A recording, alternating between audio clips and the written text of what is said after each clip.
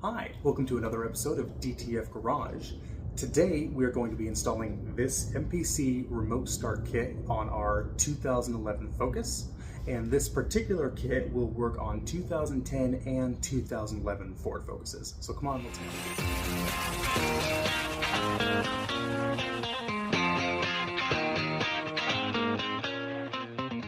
Alright, so this particular kit contains three parts to it. You've got your programmed module that is programmed from MPC. You've got your OBD2 harness connector and your main wiring harness connector. Now, MPC has a very fantastic kit. I used this same kit. It was very similar on our 2012 Escape and absolutely loved it. With this one, it seems like they made it even more simple than the one I did on the Escape, so I am all for it.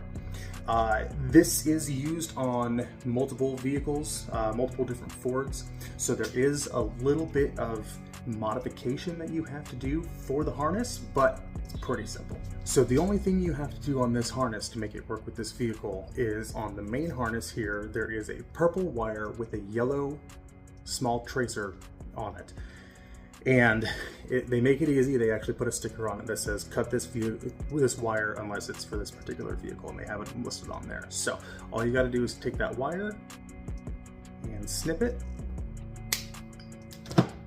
and that's all you got to do. So once that wire is cut, and you might want to take some electrical tape or glue or something and just put it on the ends, that way those wires don't end up touching.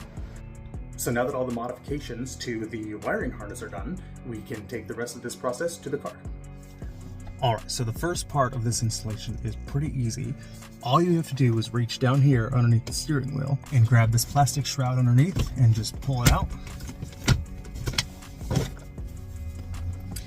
It's got 3 clips on the top and 2 on the bottom, and then these 2 little hooks here. But that comes out pretty easily. And then underneath the steering column here, you've got 3 bolts, which require either a 7/32 socket or a 5.5 millimeter socket. So you'll want to go ahead and take those bolts out.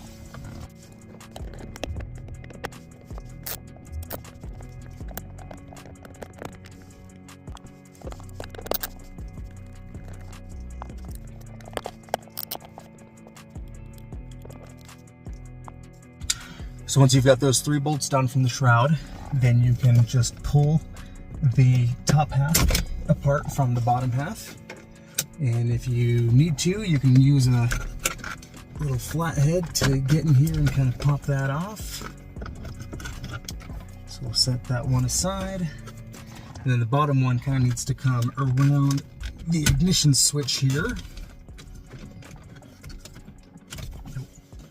You might need to pop the lever underneath for the steering shaft adjustment.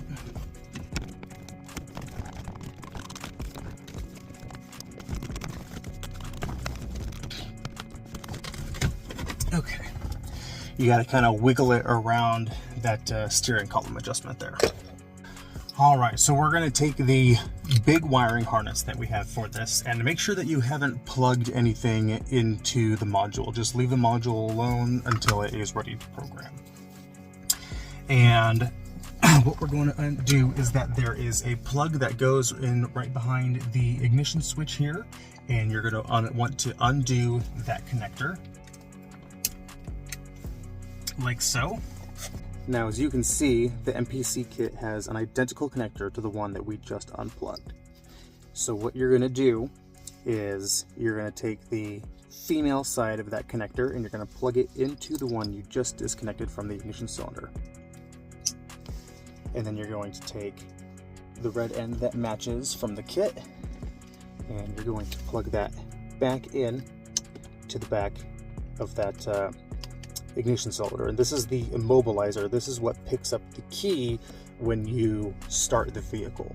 Okay, then we're going to go to the other side of the steering column, and you've got this big connector over here. You're going to do the same thing and disconnect the wiring harness going into it. And then again, they've got the matching connector as part of the kit. So you're going to plug this female end into the male end here. And then you're going to plug this end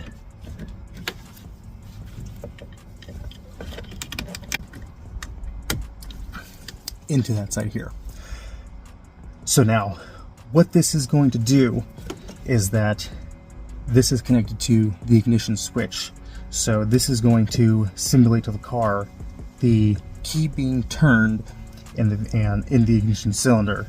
And the other piece that we plugged in on the other side is going to send a signal that's going to act like the immobilizer from the key chip.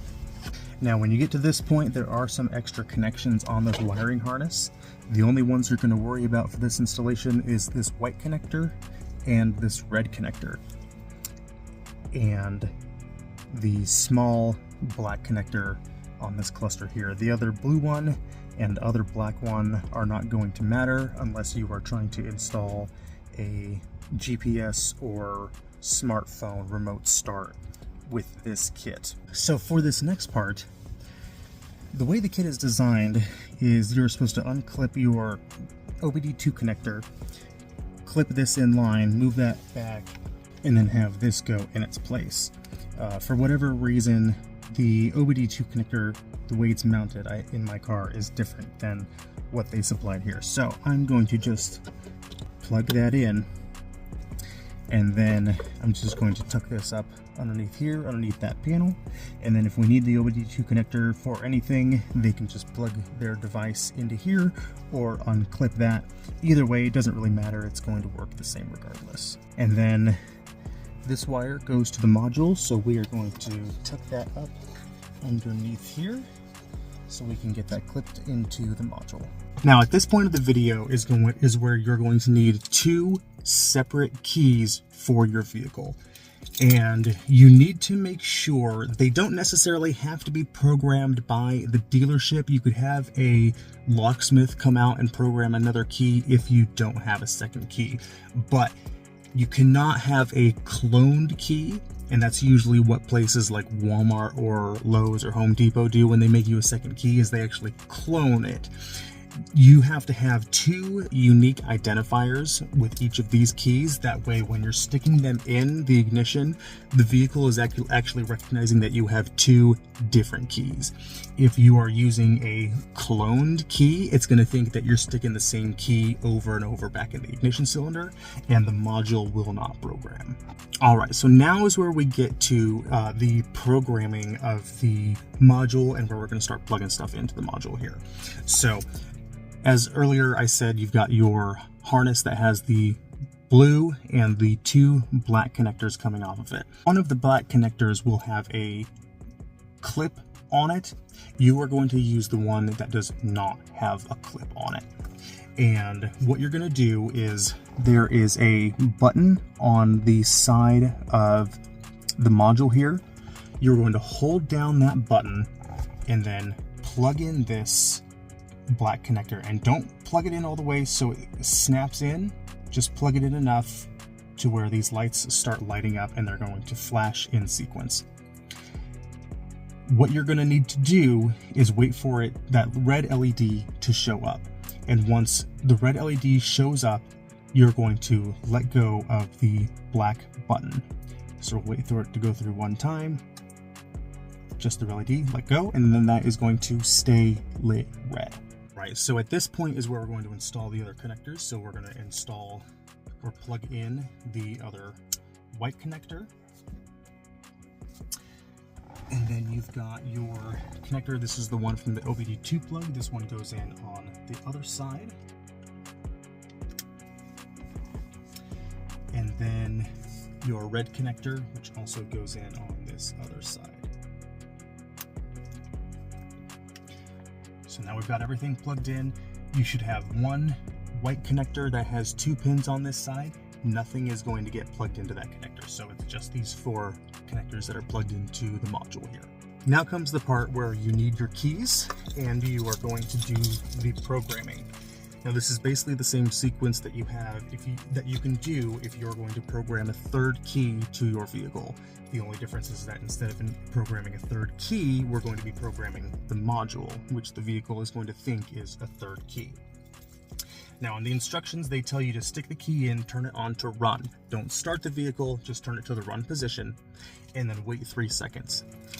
I'm going to do it a little bit differently, which is going to be the same result, but the way I do it is the way Ford shows you how to program these keys, and it's a little more precise. Okay, I'm going to stick in the first key, and this entire procedure needs to be done very quickly. Once I take the second key out, I've got 5 seconds to push the button on the module. So we're going to turn the first key, and as you can see over here, you've got your security light. As soon as that security light turns off, you can take that key out. You're going to put the second key in, turn it to the run position, and then as soon as that security light goes off, you can take that out, and then I'm going to push the button on the module. And as you can see, it's going through its programming sequence, and everything is good. You may have missed it because I wasn't quick enough with the camera, but you will see the red light flash 3 times, and then the blue light flash 3 times.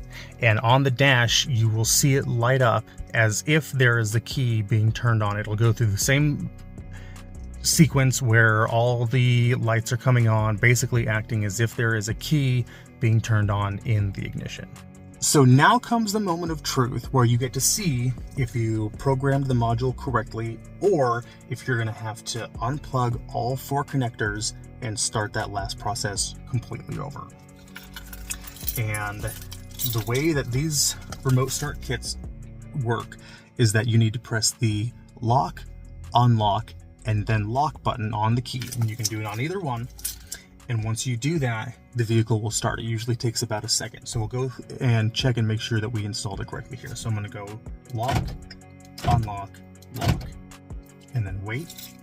And you should be able to see the lights on the module flashing, and the car starts right up. And that's how you know that it has been programmed successfully. Now, there are 2 ways to shut off your remote start kit once the vehicle has started.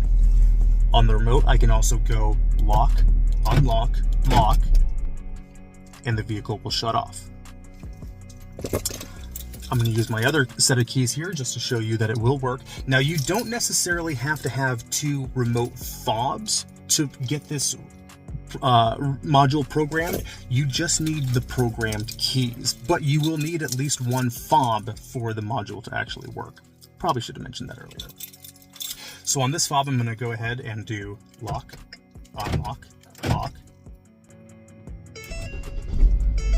and she starts right up. So the other way to shut off your remote start system once it has started is to put your foot on the brake pedal, and that will shut the car off. So now that being said, once you remote start the vehicle and get in, do not put your foot on the brake pedal, otherwise it will shut the vehicle off.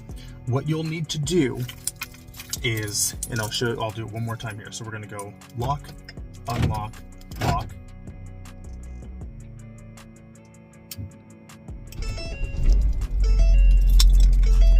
Then you're going to come and get in the car.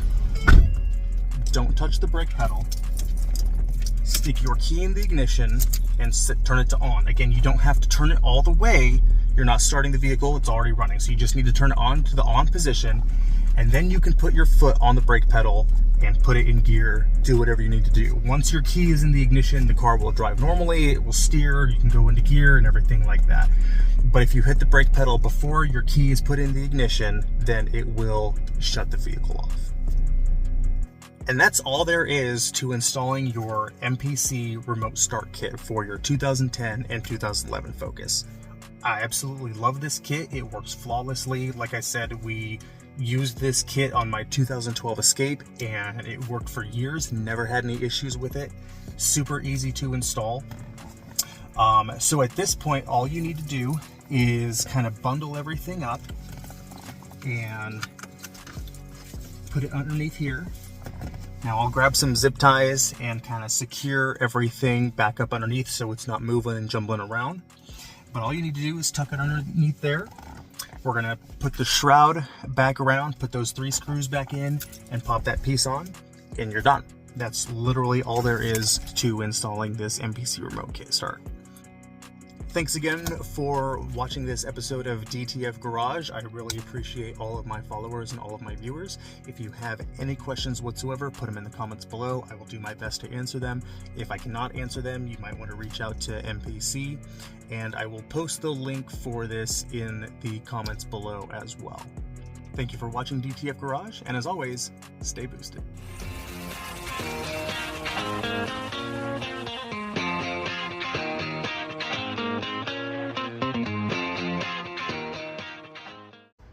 You've got your... This is one of the easiest things I've installed as far as remote... Holy shit, fucking word vomit. Yeah, so yeah.